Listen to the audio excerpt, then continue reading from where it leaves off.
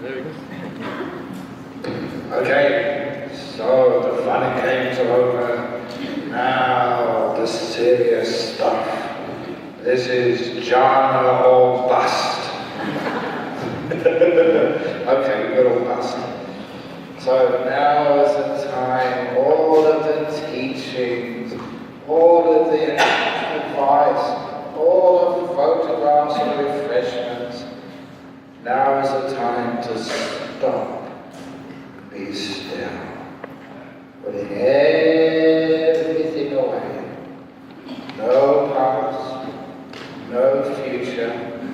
The only time we ever had is right now.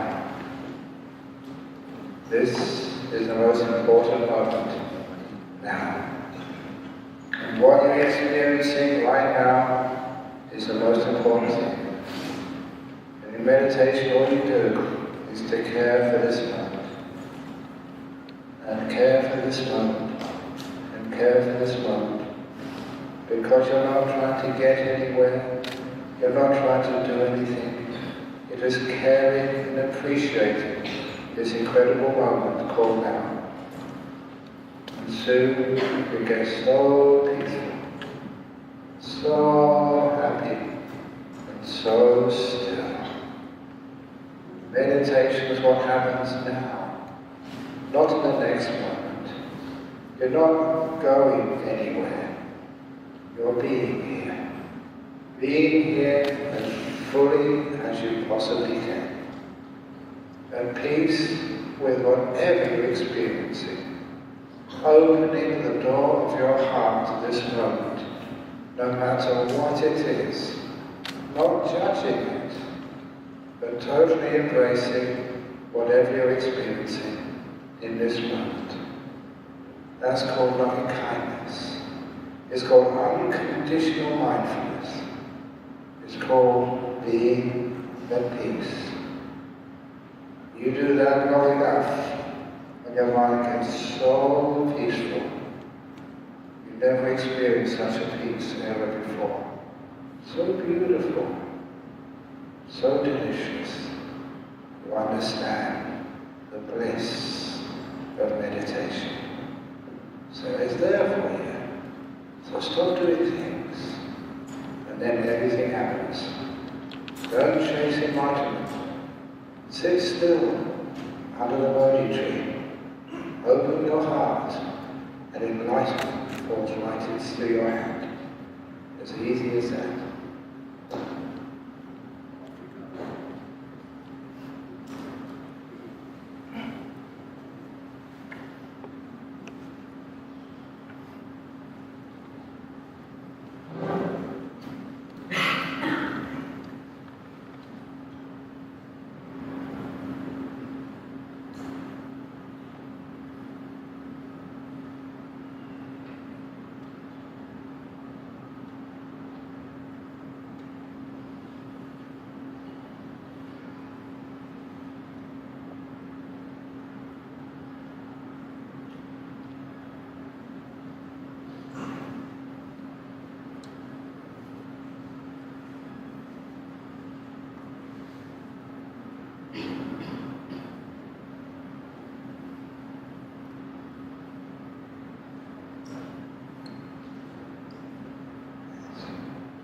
Close now to the end of this meditation period.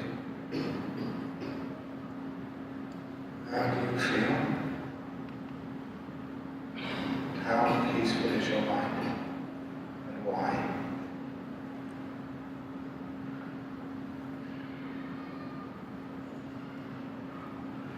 What happened in the last hour? What worked and what didn't work? This is where you review your meditation.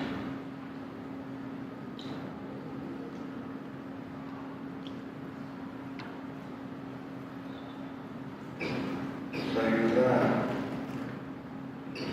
what works for you or what doesn't. You appreciate if you think it's a bad meditation, it's still more peaceful than when you started.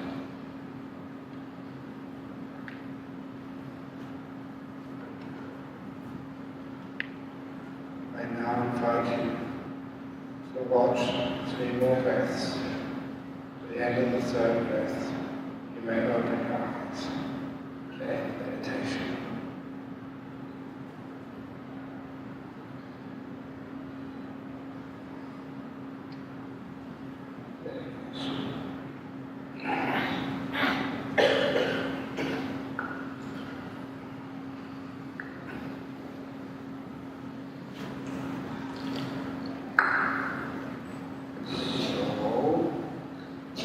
According to the program, has another Q&A session. I wasn't meaning to give a talk beforehand, but there's so many questions and answers. I think it's more important to do the Q&A first. If I do finish the Q&A, then I'll say a bit more about meditation. But anyway, we're done and talk later on this evening. But to see, is there any more questions outside? Oh, this is it. Good. Hopefully, any more questions? It's enough here, so we don't need any more.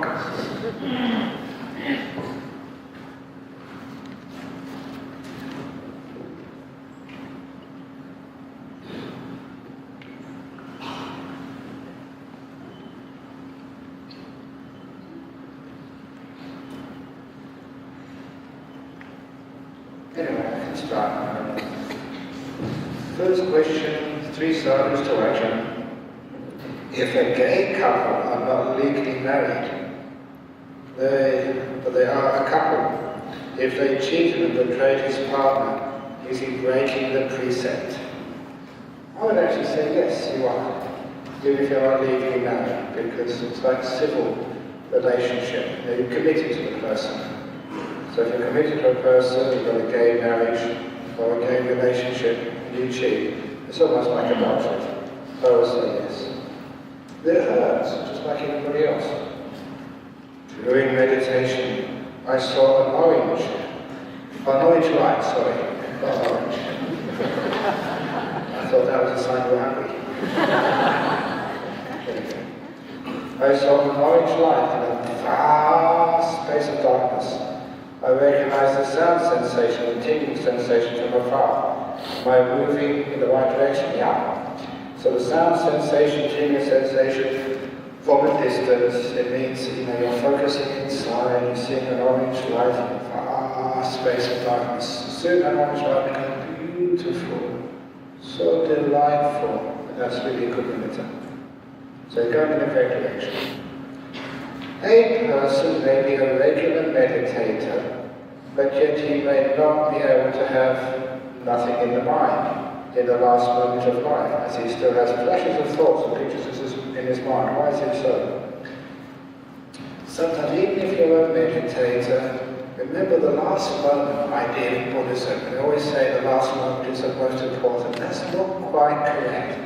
It's the last moments. Because death is not an event, it's a process. It takes a couple of minutes to die. And if you've ever been with someone who is dying, you're with the doctor there, when actually did they die? So I can't say to the second when they died. They started the process maybe at 2:05, and they completed it at 2:10. Because death is not an event, it's a process. So that's, if you ask a doctor that, when actually is the moment of death? What is the last moment? And it's not the last moment, it's the last moments of your life. So it's not just one thought, it's a whole process of thoughts at the end of your life. So if you have nothing at all, you're so still and peaceful, that's the best. If you aren't still and peaceful, at least you can have kind thoughts. And the thoughts of all the good things you've done, remember your bad karma, your good karma, bloody bad karma. Recall all the good karma, recall all the dharma you have learned, and especially recall letting go, opening the door of your heart for whatever's happening, being at peace, letting go of all your attachments. Those are some of the best things to remember when you die. And if you do letting go, then you do have such stillness in your mind. And then you really get into some very beautiful rebirths and no rebirth at all. Will a person in coma be able to meditate? Yes, they can. Because even Ajahn Brahm, you know Ajahn Brahm's story, he had the illness of water on the brain, whatever it was called. They put a shunt in there, but soon had a stroke as a result of the operation. Was unable to speak. I don't know if he's really in a coma, but sometimes he'll be able to speak, and sometimes he gets so still that he stopped breathing. And whenever the doctor, or the nurse rather, the medic on duty, saw that he wasn't breathing, he got very scared. Some monks told me that they had to argue with the doctor because Ajahn Brahm wasn't breathing. And they said, no, he does this all the time, he's in a jhana, so leave him alone. The doctor said, got worried about him. So he wasn't breathing for maybe an hour, 2 hours, 3 hours, I don't know how long. And the doctor, or the medic, decided to take blood samples every few minutes to make sure the blood was well oxygenated. As long as the blood was oxygenated, it was not a danger to his life. There was a wonderful little experiment which was done while Ajahn Brahm was in a jhana. When he was sick, he couldn't speak, could still meditate, he got into a jhana regularly. And this doctor took blood samples every few minutes and found even though Ajahn Brahm was not breathing, the oxygen level in the blood remained the same. So he wasn't bothered. So that's what actually happens. So in a coma, yes, you can go to jhanas. A lot of time in a coma, it means you can't speak, you can't respond, but you can feel whatever's going on. Which is one of the reasons why, if you've got a loved one in a coma, talk to them. Hold their hand, stimulate them. Tell them the latest gossip. Tell them the latest results of the soccer if they follow soccer. They'll be very happy to keep you kept in touch. They may not be able to tell you that they're listening, but they do. So it's a one-way communication. They can receive information but they cannot transmit. Very often a coma is like that. So just talk to them, hold their hand. A lot of times if you talk to them, hold their hand, stroke them, stimulate them, they can come out of the coma. Ajahn Brahm, so good to be able to meet you in this retreat. Rejoice. Question 1, is it correct to say that thoughts are due to perception, so also our memories of what has just happened a minute ago or earlier? This is a deep piece of Buddhism, it's a very fascinating one. I always wondered why people have different opinions, why they see things in different ways, why there are so many religions, why there are so many philosophies and politics in this world. Why can't people agree? And the reason is they have this cycle. It's called the paramasas. It is the way that our cognitive processes are distorted. Usually you can start with you. You're a Buddhist, you're a Christian, you're a Muslim, you're a conservative, you're a liberal, you're a socialist, you're a communist.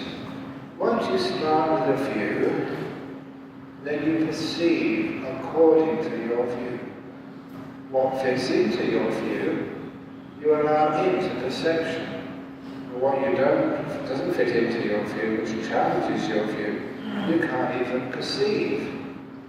Even before you perceive something, it's being filtered according to your views. It's just like if you hate somebody, if that's your view, that person's an enemy, even what you perceive in them is all the bad things which justify that your view is correct. If they do something kind, you get suspicious. What are they doing that for? You don't see the kindness, you see bad motives behind the kindness, because they're your enemy. If that's someone you love, it may be your boyfriend or girlfriend, you see them do something gross like pick their nose, and to you, oh, it's so charming the way she picks her nose. You perceive it according to your view. And then from your perceptions, you think according to your perceptions. When you perceive someone as beautiful, you think how beautiful they are. When you perceive someone who's going to hurt you, then you just think that they're your enemy. And your thoughts build up your views. So you have this cognitive distortion. Your views make your perceptions makes your thoughts, and your thoughts make your views. So somebody is like born-again Christians. They have a view that the Bible is the Word of God and Jesus is the Saviour. Once you view that, then you perceive everything accordingly. Any perceptions which are totally against that, such as the perceptions of dinosaur fossils, which they couldn't have been there, they're not in the Bible, the Christian Bible, so how on earth could there be dinosaurs? So you perceive it, that this can't be real dinosaur bones. They were put there by some god just to test you. They're not real. Because of your views, you actually then bend your perceptions. You don't perceive what's there. You perceive what you want to believe. And anything which challenges, you can't see at all. It's called denial in psychology. So that is why, if you start off and say as a Christian, you perceive the world as a Christian. It's obvious that Christianity is right. It's the only religion. And then you think that way, and that makes your views even stronger. It's a cycle. Once you have a view, you perceive accordingly. Once you perceive accordingly, you think accordingly. Once you think accordingly, that creates a view. Which means you can have a wrong view, a very wrong view, and it's self-sustaining. You can't see it's a wrong view. Somebody, it's really interesting when boys fall in love with girls. They think, she's so beautiful. And then I look at her, beautiful, she's plain. But if I say that to the boy, Ajahn Brahm, you're stupid, you're wrong. She's so beautiful, she's the most beautiful girl in the world. When a boy falls in love with a girl, she actually is the most beautiful girl in the world for him. His view has bent the perceptions. You can't see her as a plain girl anymore. Anything which is ugly, like a pimple, you can't see it. It's denied, it's blotted out because it doesn't agree with his views. Your views bend perception.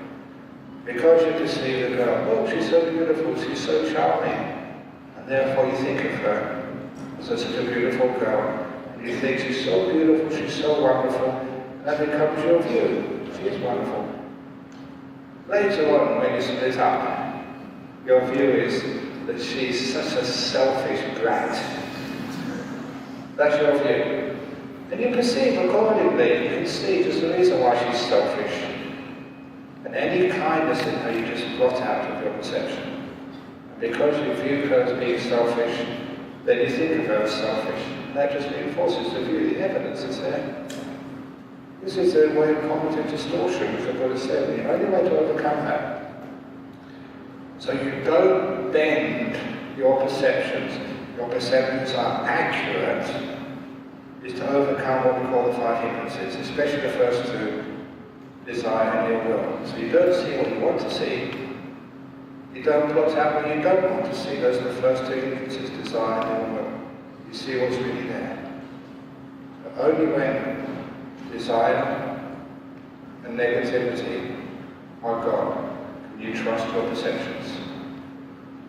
That's why you need to stop the 5 hindrances if you want to see the truth. The 4th aggregate is mental volition, or sankhara. Very little write-up in the sutta, often called constructions. Can we classify the actions of the mind and body as sankhara? Yes. Like jealousy, anger, and hate? Yes. So the sankhara is the will. It's one of the most important parts of the 5 khandhas. And you've always seen and read the 5 khandhas are not me, not mine, not a self. They don't belong to you. So you read in the suttas. So your will, your choice, does it come from you? Who decided to come on this retreat? The Buddha said, not you. The will doesn't belong to you. So who does your will belong to? The last couple of days it's belonged to me. I've been conditioning you, brainwashing you. I've been hypnotizing you. So you come and listen to these talks and laugh at all my jokes. So you find your will. You think it comes from you, it doesn't. It's totally conditioned. That's how advertisements work. When I was young, a young student, I remember seeing this advert, this commercial on TV. These were the days when we didn't know that tobacco caused cancer. And it was for St. Bruno tobacco. And there was the advertisement of this ordinary looking young man, not particularly handsome, not ugly, just ordinary. And he was walking down the street in England somewhere. The high street where all the shops were. And he took out a pipe and put some Bruno tobacco in and lit it. And the aroma of this tobacco wafted in to a newsagent's where there was this incredible, gorgeous blonde, like a supermodel, working in the newsagent. As soon as she smelled some Bruno tobacco, she was enchanted, and she left the shop following the man, waiting to do his every command. And then they passed a grocery shop, and a redhead, another gorgeous girl, smelled the aroma, and she left the shop, and she was a number 2 in his harem, following him.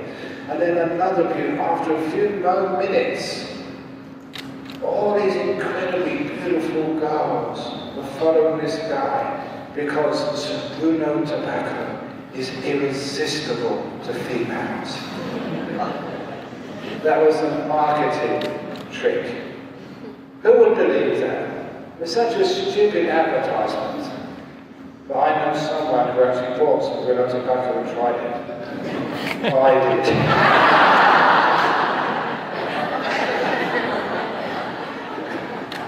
And I tried it. I lit my some Bruno tobacco, I walked down the street and like that. The only thing to follow me was a dog. No beautiful girls. I got tricked. But it's amazing just as how you don't realise that your choice is conditioned by the adverts. When you go into a shop to buy something, it's already preconditioned what you're going to choose to buy. That's why advertisements work. So the fourth sankhara, the will, that's a powerful one to see. You realise, you think you're in control of your life? Ha ha ha. You are in control. Scary, but true. So at least be controlled by good people, like come to temples and let the monks and the nuns brainwash you instead of stupid people. They can be brainwashed to keep 5 precepts and to meditate, be compassionate and forgive. You have explained about the observer and thoughts. Who or what is the observer? Is it mind or feelings? Mind, eye or feelings? It is a stream of consciousness. This process, call it a stream of consciousness, never the same, one minute after another. That is what's observing. When somebody dies, what left the body? Is it soul, 5 senses, consciousness? Call it stream of consciousness, the same thing which runs from moment to moment, right now. That's why when people die, they have near-death experiences. It feels just the same as you go from moment to moment today. You just go from experience to experience after you die. It feels no different than being alive. Just a little bit different, but not that much different. Stream of consciousness just keeps flowing on. It's called a stream of consciousness because it's not the same, but it's like within the banks of your karma. It can't flow beyond. And the speed which it flows, that's your craving, that's your will. If you want to slow down the stream of consciousness, be still. And it doesn't flow. It doesn't get you born. How do you prevent intruding thoughts when you are silent or remain silent for a long while? Thoughts do not intrude on you. You go and pick out thoughts. I always thought these thoughts, they just came from nowhere. Until when I became really mindful, I saw I was a little bit bored, and I went choosing a thought to think about. You think they come to you, they don't. You go and pick them, choose them, you bring them into your mind. The only reason is because you're bored, you're not happy.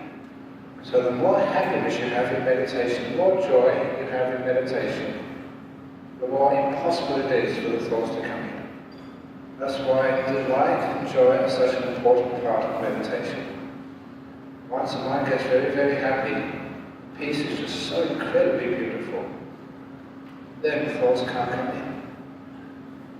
In the same way when you're watching a movie, it's really interesting, really enjoyable. You're watching the movie, and your husband says, darling, darling, there's a phone call for you. You can't even hear it, because the movie is on. Darling, someone's on the phone. You're not ignoring your husband, you just can't hear it. Because you are totally in the movie, enjoying it. Same when you're in your meditation, enjoying it so much, the thought comes in, you can't penetrate. You simply don't notice it, because you're enjoying it. So the happiness in meditation, the joy, is a very important part. It keeps the thoughts out. You're having too much fun, you just can't think. Is it all right to do chanting while lying in bed before I sleep? Many people do chanting when they're in bed.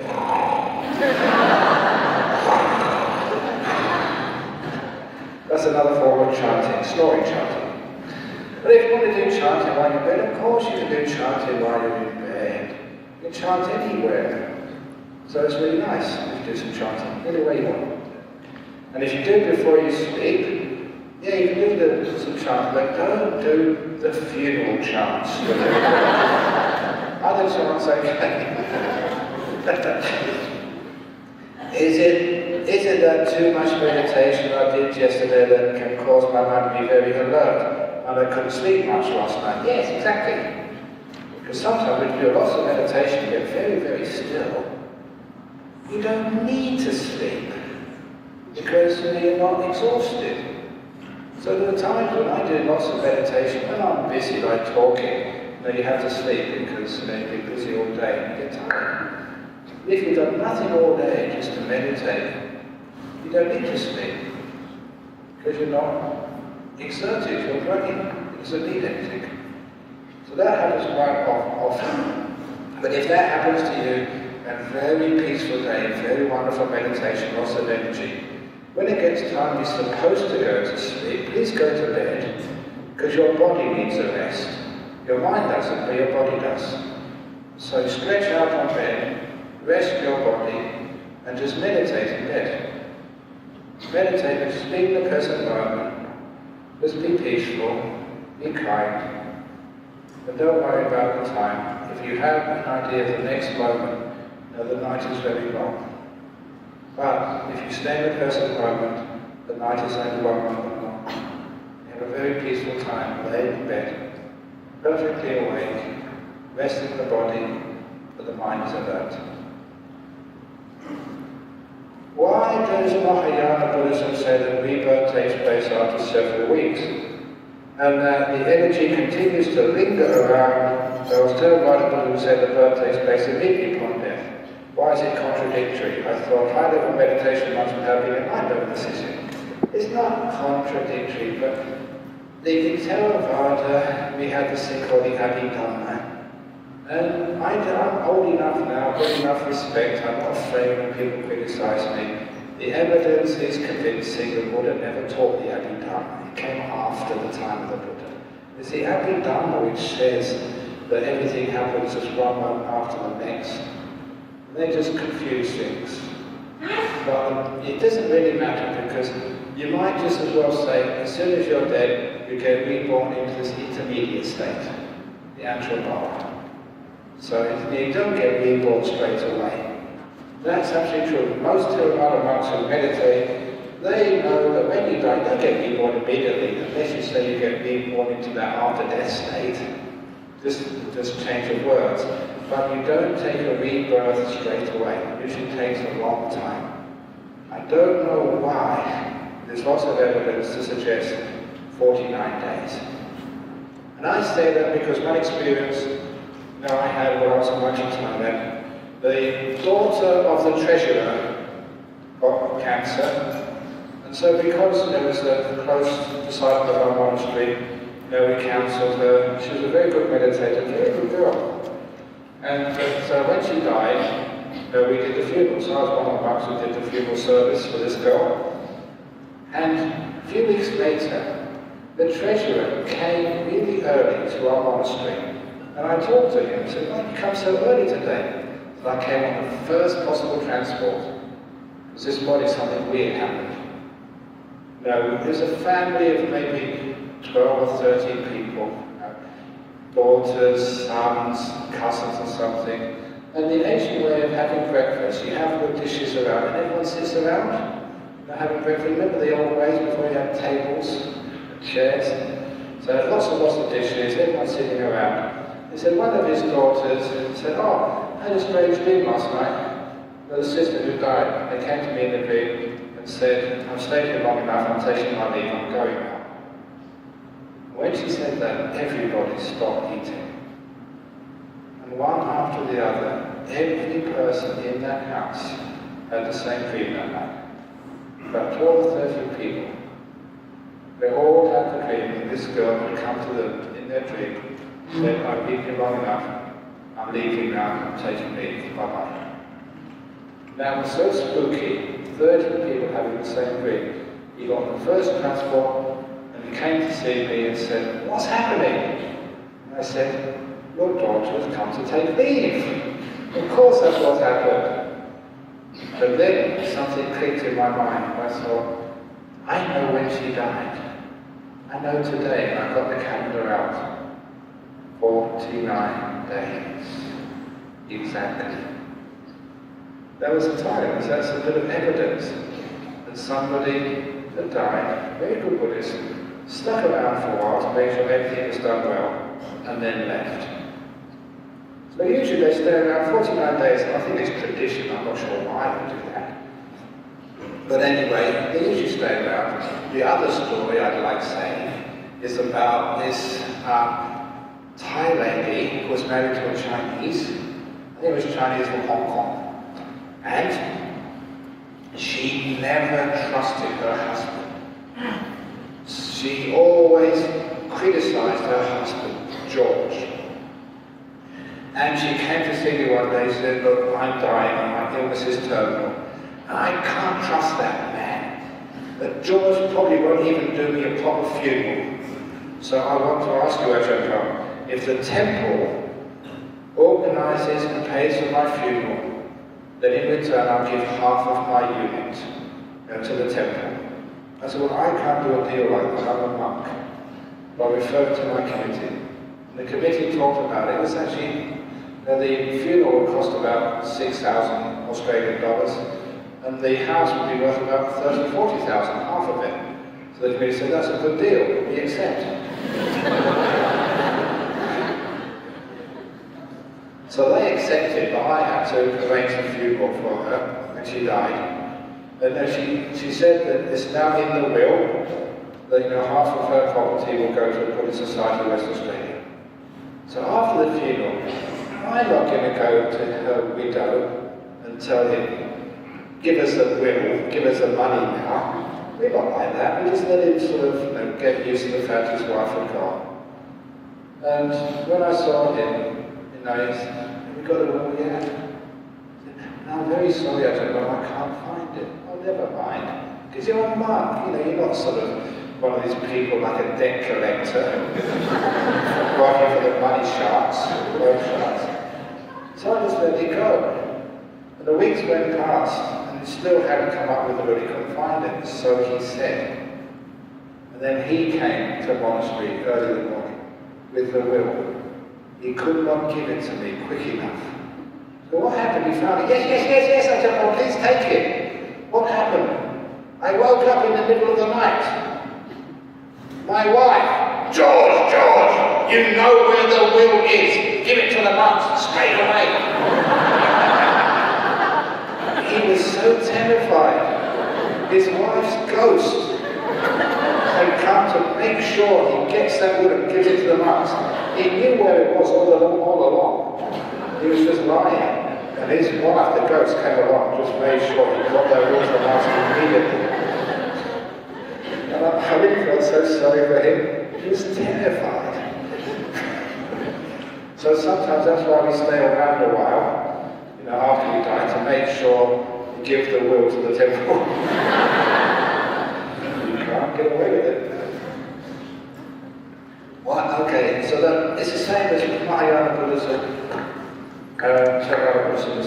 This is Buddhism. You taught us not to fear death, but the Dharma says it's very difficult to be reborn as a human being. In the old days, yes, because there wasn't that many human beings around. Now it's like trying to get sort of a hotel. You know, in Kuala Lumpur, maybe years ago, there was only a few hotels. There's so many hotels these days in Kuala Lumpur. It's easy to get a room. There are so many human births every year. It's much easier these days to get reborn as a human being. And there's not many animals left. So many animals now take rebirth as human beings, which explains why many human beings behave like animals. So if any of you girls have a little kid and you think they behave like a monkey, they may actually have been a monkey in their past life. Also, rebirth takes place based on our last thought moment, very much depending on our past karma. Not just your last thought moment, a whole process of thought moments. Not just one thought, but many, many thoughts. While we may do good in this lifetime, we have no control over our previous life karma. But in your previous life, you made such a huge amount of good karma, and such a huge amount of bad karma too. Because if you work it out, the Buddha said, you know, if you still give a donation, if you keep precepts, if you meditate, there's a huge amount of good karma you get, 1,000-fold, 100,000-fold. If you do bad karma, you get repaid 100,000-fold. So you've got such an inexhaustible store, all the good things you've done in this life, 100 multiplied by 100,000. You can't exhaust that. Same with all your bad karma is inexhaustible too. So why is it we get good karma coming to fruition, and sometimes we get bad karma coming up? It's your attitude, the state of your mind. If you're in a negative mind, angry, upset, fault-finding, you actually resonate with the bad karma from your past, you actually bring it up. If you're in a good state of mind, kind, positive, like you're tuning into your store of good karma, you actually draw up the good karma. And you have more than enough good karma. You have inexhaustible stores of bad karma. So which one are you going to choose? If you keep a positive, kind, virtuous mind, you just draw the good karma account. It is inexhaustible. You are billionaires in good karma, billionaires in bad karma too. But the trick is to have really positive, kind, virtuous, compassionate, peaceful thoughts and attitudes, and that draws good karma to you. And you may still be reborn in lower below. Yeah, you can be reborn in lower below. Depends. If you feel guilty, that is focusing on bad karma, drawing up the bad karma. If you have forgiveness, that stops the bad karma coming up. You see the good side. If you see the two bad bricks in yourself or in life, you get lower realm rebirths. If you see the good bricks in the wall of yourself and others, you get good rebirth. That simile is really powerful, two bad bricks in the wall. Business of cause to fear death itself, but we do not know which direction we're heading to. You can work the system. If you know how the system works, you don't have to be reborn on another one again. Doesn't matter how much bad karma you've got. Please develop a positive mind state. Mind of forgiveness, of kindness, which doesn't look at the faults in yourself and other people, but looks at the other part of people. Then you don't have to have a bad rebirth. Can one attain samadhi without jhana? Samadhi is jhana. When the Buddha described the eighth factor, the eightfold path, Sama Samadhi, every time, without exception, and this is hundreds of times, he defines Sama Samadhi as the first, second, third, fourth jhanas. That is samadhi, the jhanas. Nothing else. So can one attain samadhi without jhana? Samadhi is jhana. Can you elaborate more about being aware of awareness and what benefits does it bring? You can't be aware of awareness. You are aware that you were aware. So there's a little bit of a time lag. So all it really means is, I wasn't really aware. I was wandering off all over the place. But as soon as you're aware of that, you're mindful again.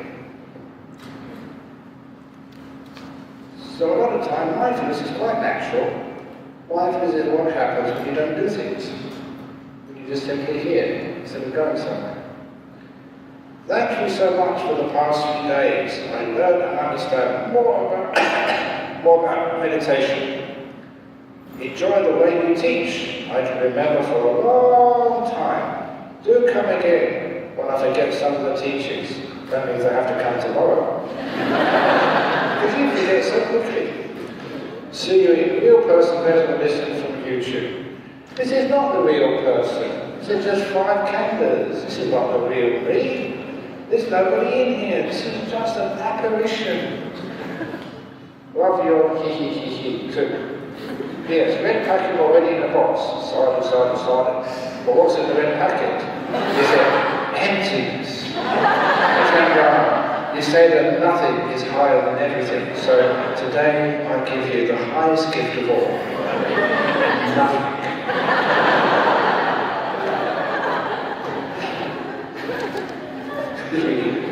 My father is 90 years old, bedridden, a stroke patient, and on tube feed only.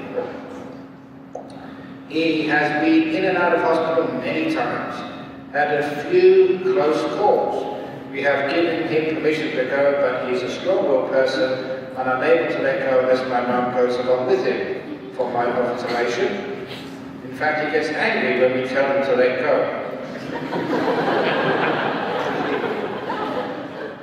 But if he's stubborn like that, use reverse psychology. Tell him, Father, please don't die, please don't die. What do you mean, tell me not to die? I will die if I want to. That might work. This is a sign of him not ready to go, or is it not his time to go? There is also so much anger and frustration in him that he's unable to get rid of. That's what's probably keeping him alive, is anger. Because sometimes that's enough to feed a person to keep them alive. If you let go of anger and forgive and be peaceful, then you probably pass away peacefully. How else can we help him spiritually? We have been kind enough to continue caring for him but unable to cure him. Great, keep caring for him. See if one day he can care for himself and let go of all the anger. Once the anger goes, then he will die peacefully. 90 years of age, it's all enough. Time to go. Ajahn Brahm, when doing meditation, I feel that my head is heavy, and my hand and legs getting numbness. Am I in the correct way of meditation? I feel that I can sit for very long. Of course, that's very good, because after a while, you can't feel your legs. Your head gets heavy, but it's not uncomfortable. It eventually disappears. That's very good. It means your body is vanishing. After having done some meditation, I realized that my pain or numbness left my body without me realizing it. Excellent. However, sometimes I realize that I suddenly wake up when my body moves. Is that progress in meditation, or I just goes off into dreamland? You know you've been sleepy if afterwards you're done. If you're peaceful and happy afterwards, that means that's good meditation. What is happening is you're going to a place you don't really recognize yet. Remember, you're not really familiar with it and ease with it, so you don't really understand exactly what it is. The more experience, you get to recognize those places of stillness. And you know, this wasn't sleepiness, it was peace. My deepest and sincere thanks for my realization. After 44 years, this morning was my first time saying thank you and appreciation to my own mind. Well done. You're kind to your mind. You have to live with it.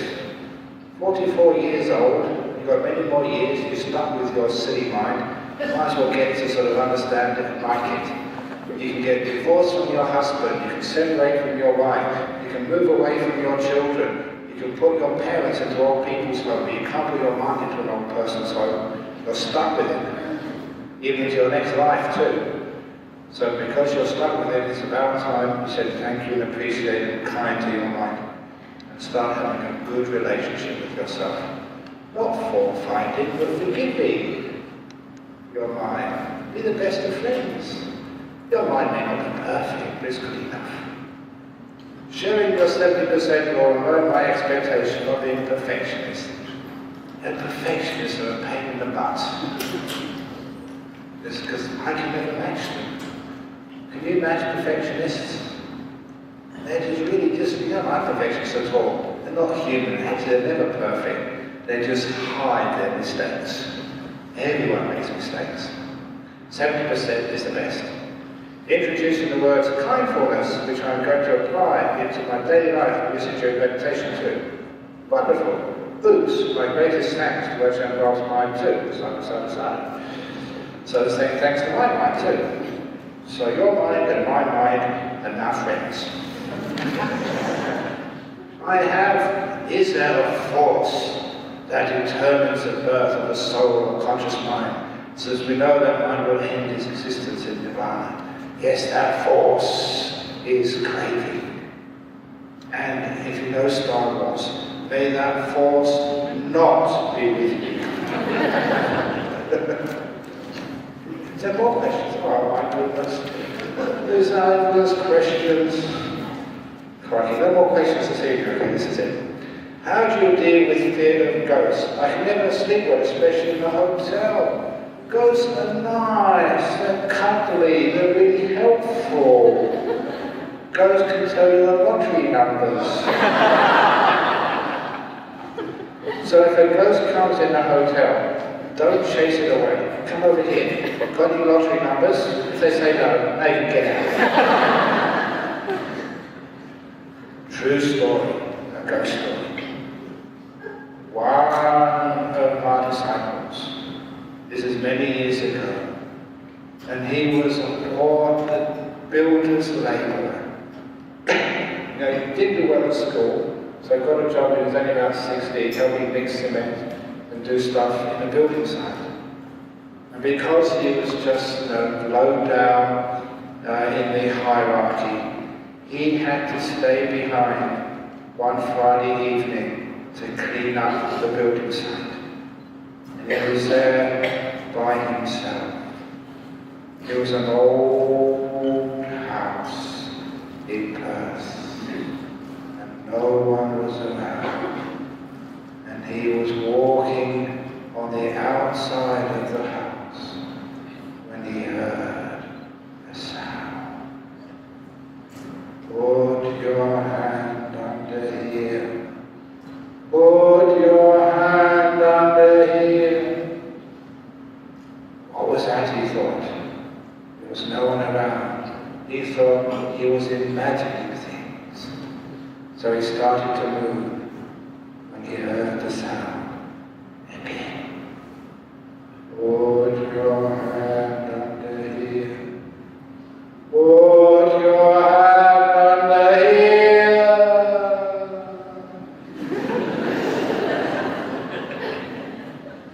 This was not imagination. This was real. A voice from beyond the grave. What would you do? Wow, you crazy people. He put his hand under the place in the house where he was told. He felt under the house. There was a tin box.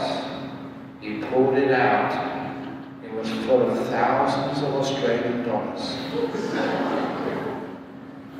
And he said, he was very poor, he said, with that money, he got a deposit to buy his first house and start his life with some property.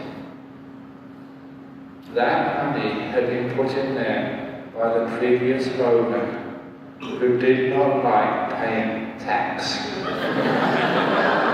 So he hid the money under the house. And having hid that money under the house, he died. And so he saw this was a good man, young and poor, and the ghost thought, this guy should have my money. So that's why he told him, yeah, under here, there's thousands of dollars under here. I want to give it to you, the ghost thought. And so he took the money, and that's how he started his life. He got started. So don't run. If you did, put your hand over here. There's $10,000 or $20,000 there. Take it, but please remember, you heard it from me, so 10% goes to the temple.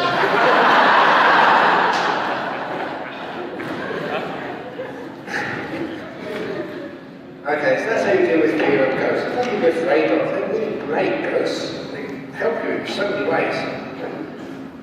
How important is keeping the precepts? I have heard some Dharma speakers who said it is okay to take alcohol as long as we don't get intoxicated. Yeah, it's okay to commit adultery as long as you don't get caught.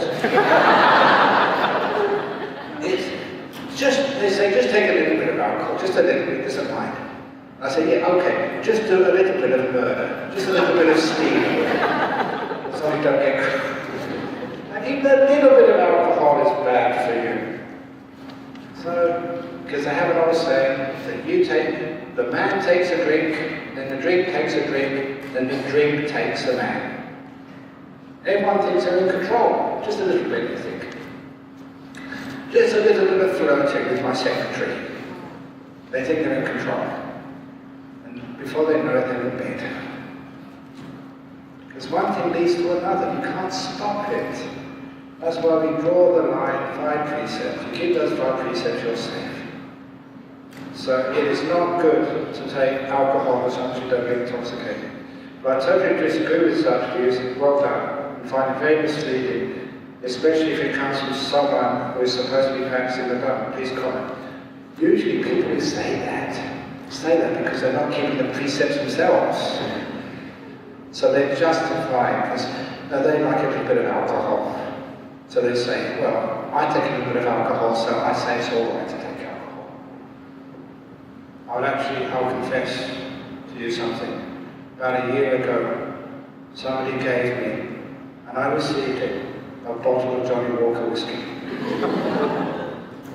But it was totally unintentional, because this is Thailand, okay? Thais, they have this wrong view that whatever you give a monk, your father or grandfather, that's what they get in heaven. So their father who died liked drinking whiskey. So they thought the only way I can get whiskey to my father in heaven is to give it to a monk. So they gave this bucket of toothpaste and requisites, towels, and they hid the bottle of whiskey right down the very bottom. I couldn't see it.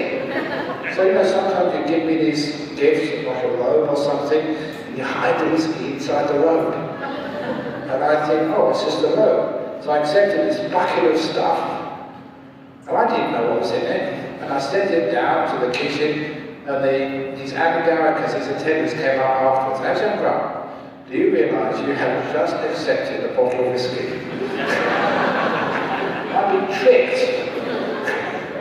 So please don't do that. That's not how karma works. Now, if you want your best friend or your husband or your loved one up in heaven to get something, you don't have to give in kind. It's like giving some money on their credit card. They can buy whatever they want with it.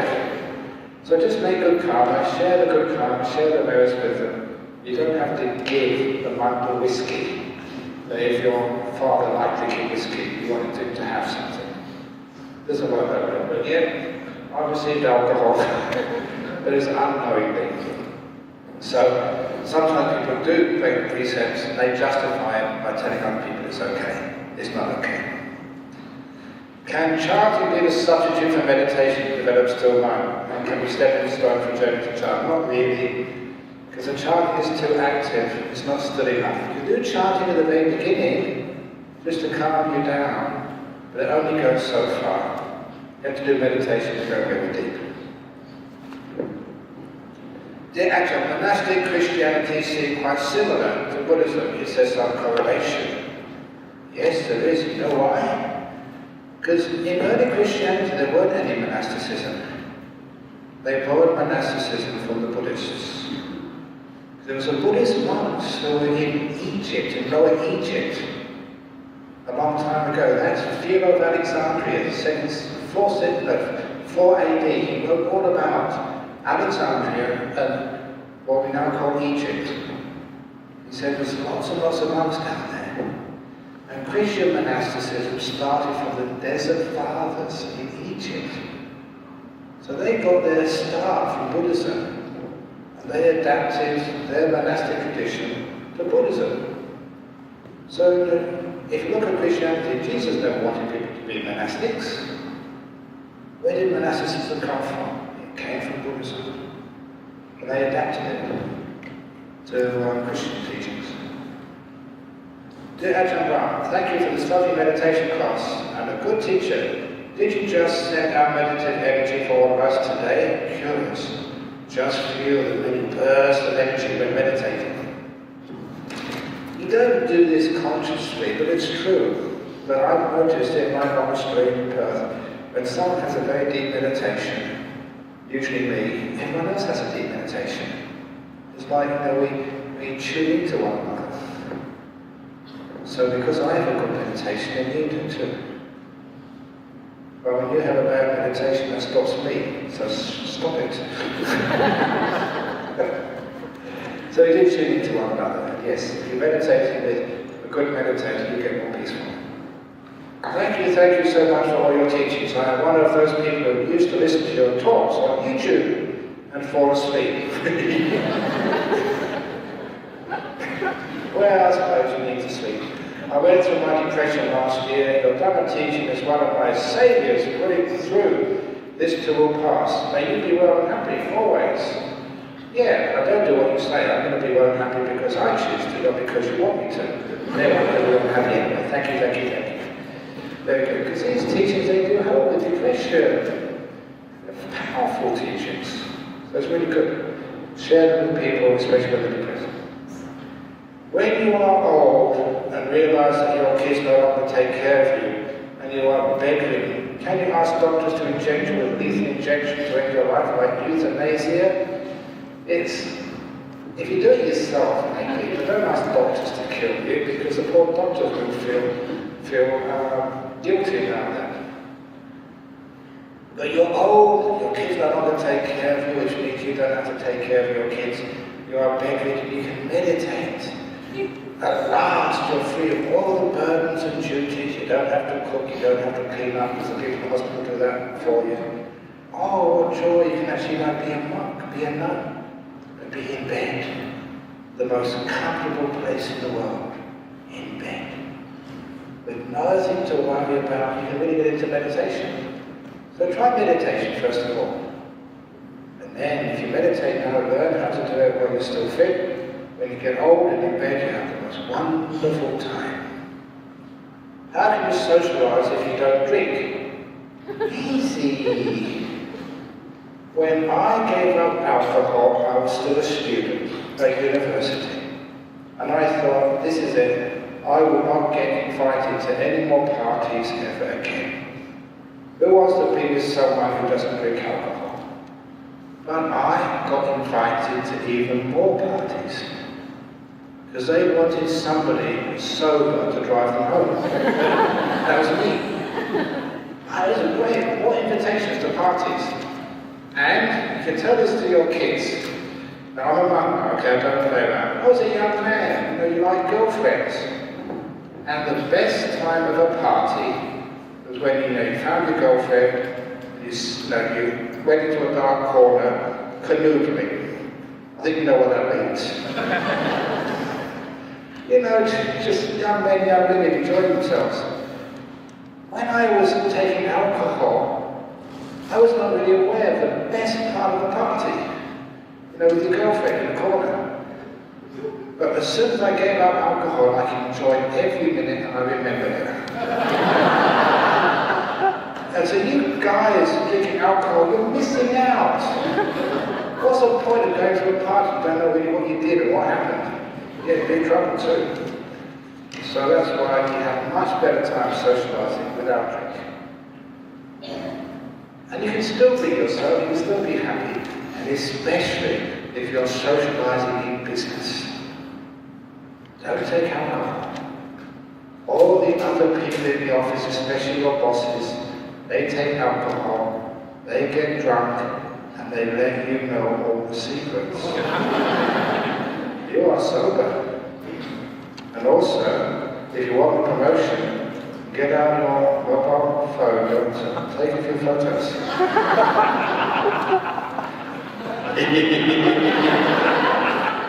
Oh, if you're sober, you can make a lot of promotions.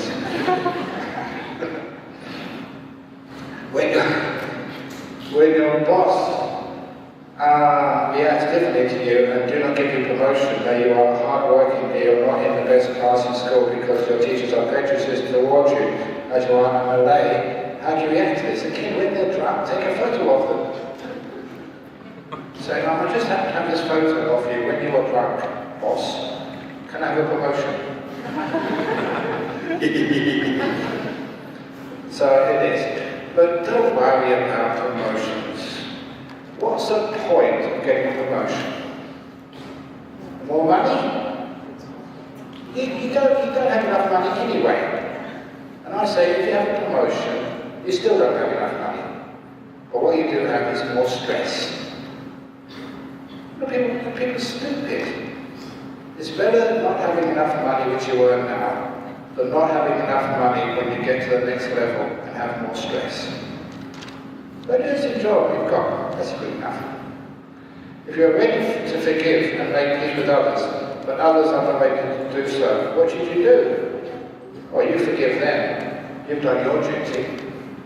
They don't forgive you, that's their bad karma. So that's the limit. Hi.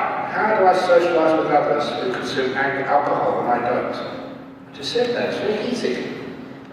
You can be fun with them, you can drink some apple juice, or apple juice is very good, especially having in a whiskey glass, because people don't know this.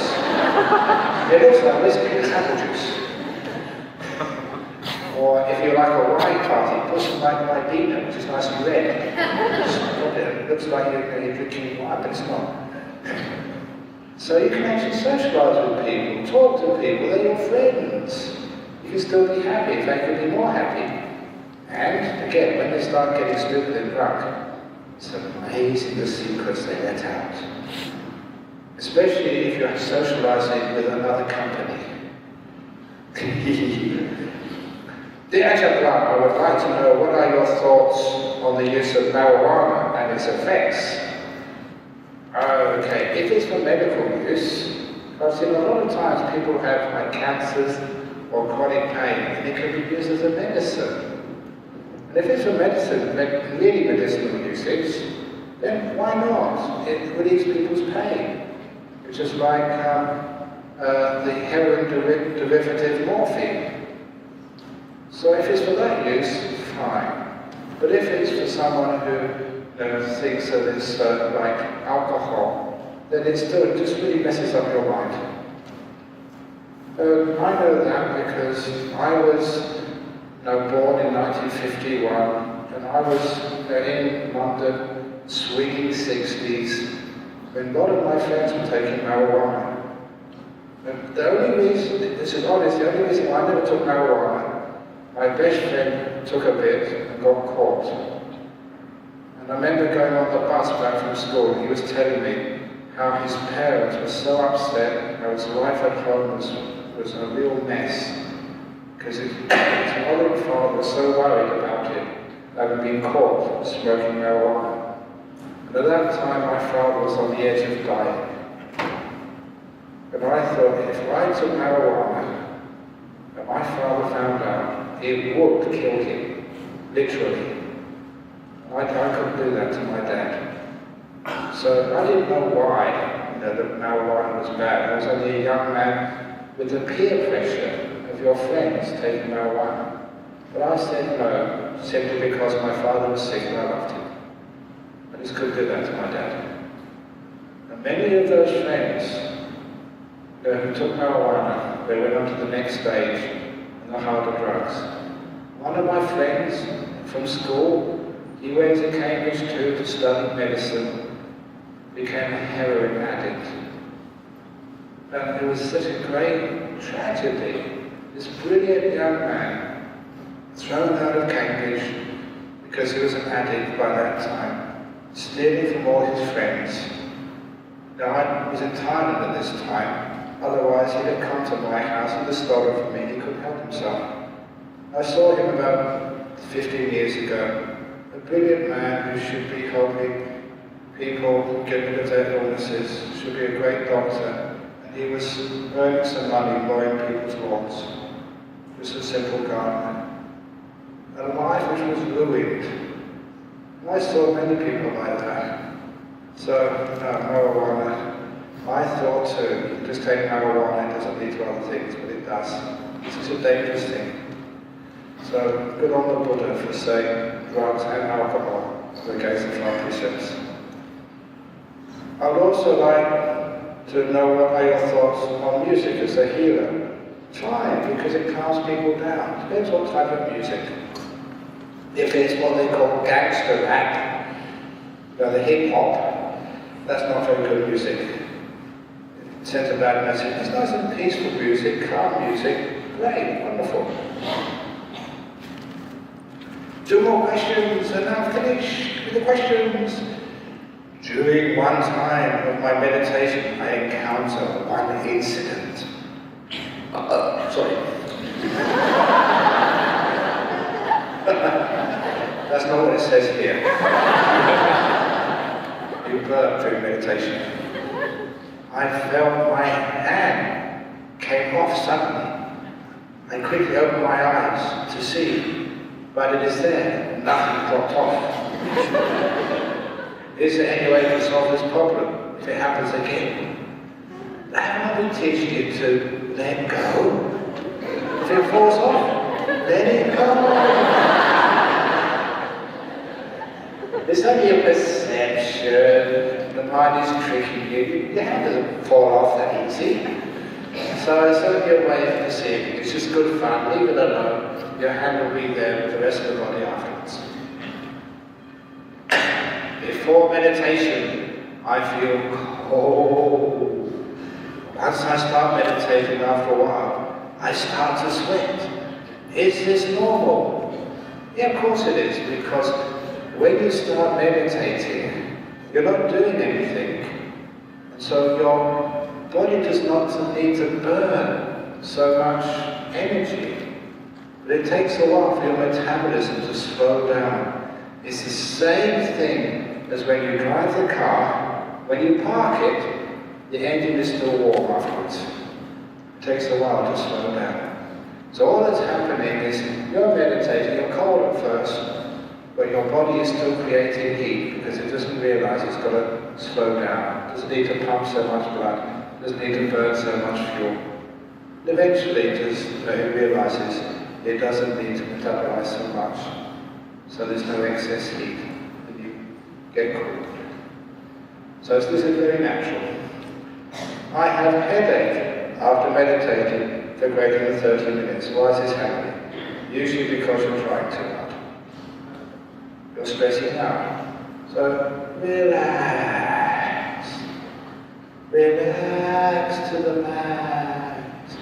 And all of your head muscles and blood vessels, they just almost fall asleep. And they're so still.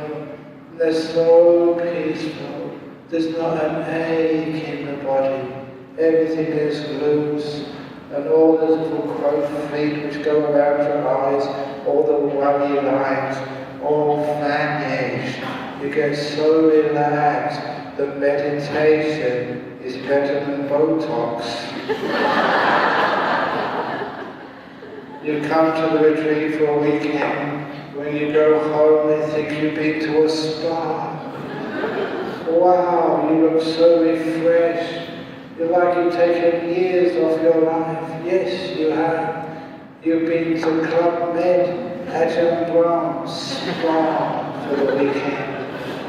And people think, wow, I want to send my wife there next time. So it's very true. It's when you meditate, you relax so much. Actually the aging process stops when you're meditating. There was some research done in a little experiment called the Shambhala Project in the United States, where they asked for volunteers and had a lot of people doing a 3-month meditation retreat. And the other number of volunteers were doing the cooking and the cleaning for them. And after 3 months they swapped over. So they had a control group, the people who didn't meditate and the people who were meditating. And they had some really, really sharp people and great equipment. One of the things they found out that this, I forget what they're called now, this part of the human cell, when the cell splits up, it frays slightly. And that's the reason why we age. Every time the cell splits, the DNA decays slightly. And they found when you're meditating, you don't decay. You actually stop aging process when you meditate. That's why, you know how old I am? No, the real age, last February, and I can't tell a lie, you know, I'm really honest, I'm a monk, I keep my precepts. Last February, I celebrated my 750th birthday. Honest, absolutely true. I was in Bhutan and they gave me a cake, a birthday cake. Happy 750th Ajahn Brahm. That was last February, 750 months old.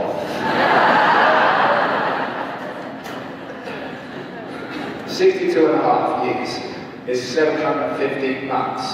I thought it was really cool when people ask me how old you are to say 750. Because that's awesome. I'm not lying, 750 months. Okay, so that's the last question for now. And 5:30 is, again, refreshments. Wow. So refreshment time, and so I can go take a bit of a break. And at 6 o'clock to 7 o'clock you can meditate. I'll be back at 7 o'clock for the last talk of this retreat. What do you want me to talk about this evening? Any suggestions? What? Karma. Karma, any other suggestions? Karma, is that okay for this evening? Amen. Okay, this evening's talk on karma. Very good. So I'll see you at 7 o'clock.